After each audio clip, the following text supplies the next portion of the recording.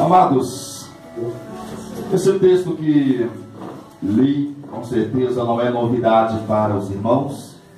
Com certeza os irmãos já ouviram muitos pregadores pregarem sobre essa história. E eu também já preguei sobre essa história várias vezes. Mas esse é o segredo da palavra de Deus, né? Você pode ouvir essa palavra 10 vezes seguidas. Deus vai falar de 10 formas diferentes ao teu coração. A revelação sempre vai ser diferente. Por isso eu convido você a ficar atento a essa palavra, porque em algum momento Deus ele vai falar contigo. Às vezes as pessoas elas perdem as bênçãos de Deus porque não ficam atentos na hora da palavra. Porque às vezes as pessoas elas vêm para a igreja naquele desejo, né, naquela expectativa de que Deus fale com elas através de uma palavra, através de uma situação que ela está vivendo. E a pessoa vem naquela expectativa: Deus, fale comigo nessa área, me dê uma resposta, me dê uma direção. Aí às vezes quando o pregador lê o texto, às vezes não tem nada a ver com aquilo que a pessoa queria, com aquilo que a pessoa está vivendo. Aí a pessoa pensa assim: Deus não vai falar comigo hoje.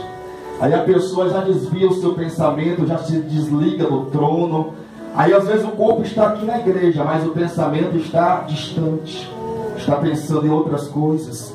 E às vezes na hora que Deus fala, a pessoa não ouve porque está desatenta. Então você tem que entender que numa mensagem, nem sempre Deus vai falar contigo aquela mensagem inteira. Tem mensagem que Deus vai falar contigo do começo ao fim. Tem mensagem que não.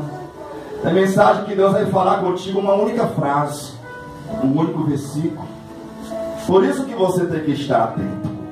Às vezes Deus pode falar contigo no começo, talvez só no meio da mensagem, talvez só no final.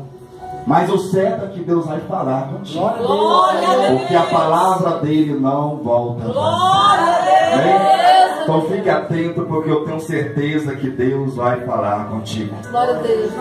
Com certeza os irmãos já ouviram essa história outras vezes, essa pregação outras vezes. Mas, amados, eu amo essa história de Jabes.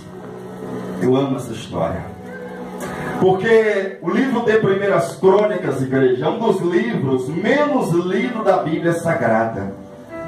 Principalmente os 8 primeiros capítulos. Porque os 8 primeiros capítulos aqui, se você ver o capítulo 1, 2, 3, 4, até o capítulo 8 de Crônicas, não tem muita coisa interessante. Conta apenas a genealogia do povo de Israel.